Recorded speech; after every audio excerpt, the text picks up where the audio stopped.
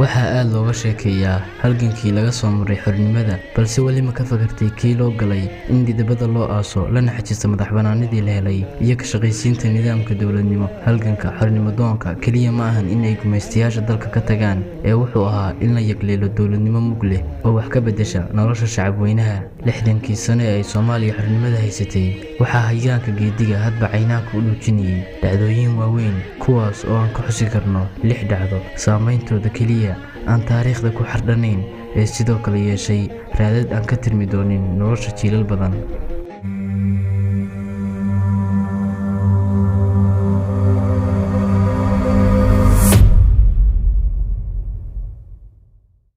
dilkii madaxweyne Cabdirashiid iyo xurashadii kacaankii 9 sano oo kaliya kadib xorriyaddii, markii ay Soomaaliya ku naaloonaysay xasilooni siyaasadeed oo ku dhisan nidaam dimuqraadi ah oo sanduuqa lagu kala baxo, waxaa dhacay wax lama filaan ah, kaas oo ah dilkii magaalada Laascaanood loogu geystay madaxweynihii Soomaaliya Cabdirashiid Cali Sharmaake.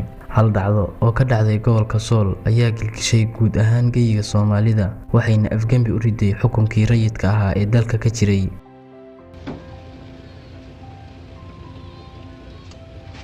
qoristii farta Soomaaliga, mid ka mid ah guulihii ugu weyneed ee didibada u aastay dowladnimadii Soomaaliya oo dhuuxa iyo xididada u dhaadhacday, ayay ahayd markii dowladdii kacaanka ay ku dhaqaaqday tallaabo aan horey loo arag oo ahayd in la qoro farta Soomaaliga laguna baahiyo dalka. guud ahaan Afrikada Madow marka la fiiriyo, dhammaantood cid luuqadooda qoratay ma jirto oo aan ka ahayn Soomaaliya iyo Itoobiya.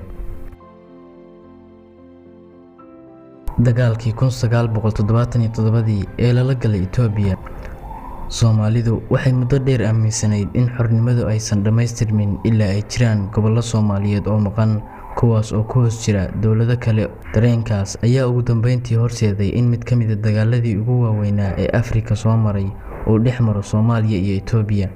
wuxuu ahaa dagaal ku bilowday dhaqdhaqaaq jabhado oo xornimo dood ah oo markii dambe guulo la taaban karo ka soo hoysay, wuxuuna isu beddelay dagaal caalami ah oo ay ka qayb galeen dowlado badan oo ay ka mid yihiin quwadihii markaas adduunka ugu xoogga badnaa. duulaankii Soomaaliya ay ku qaaday Soomaali galbeed wuxuu noqday dhaanta magaali la gaari waayey, taasoo sababteedu ahayd Itoobiyaanka oo taageero ciidan iyo hub ka heliyay quwadihii caalamka. burburkii dowladda iyo dagaaladii sokeeye, taariikhda markay ahayd 1988 waxaa qaybo ka mid ah dalka ka bilowday dagaallo ay soo qaadeen jabhado ka soo aasaasmay gudaha Itoobiya. xasaradaha waxay ku badnaayeen gobollada waqooyi ee dalka oo hadda ah Somaliland, halkaas oo markii ugu horeysay duqeeyeen diyaarado ka kacay gudaha dalka. dhibaatada ka dhalatay dagaaladii sokeeye weli waxaa laga dareemayaa dhismayaasha qaar ee ku yaala magaalada Muqdisho, balse dhacdadii ugu weyneed ee xilliyadaas waxa ay ahayd markii madaxweynihii Soomaaliya ee Maxamed Siyaad Barre oo caasimadda isaga baxay, sidaasna ay ku burburtay dowladdii dhexe ee Soomaaliya. dad badan ayaa u dabaaldegay dhicitaankii dowladdii Siyaad Barre, laakiin Soomaalidu waxay mar keliya aragtay iyada oo subax qura ka soo toostay bannaan cidlo ah oo u sii dheer yihiin dagaallo sokeeye oo dhibaatooyin badan sababay. dhacdadan waxay noqotay dhaawac aan bogsanayn muddo dheer, waxayna qaadatay kalabar 60ka sano ee laga joogo xorriyadda, madaxbannaanidii iyo qarannimadii loo soo halgamay ee Soomaaliya, taas oo ilaa hadda boogaheeda la dhayayo.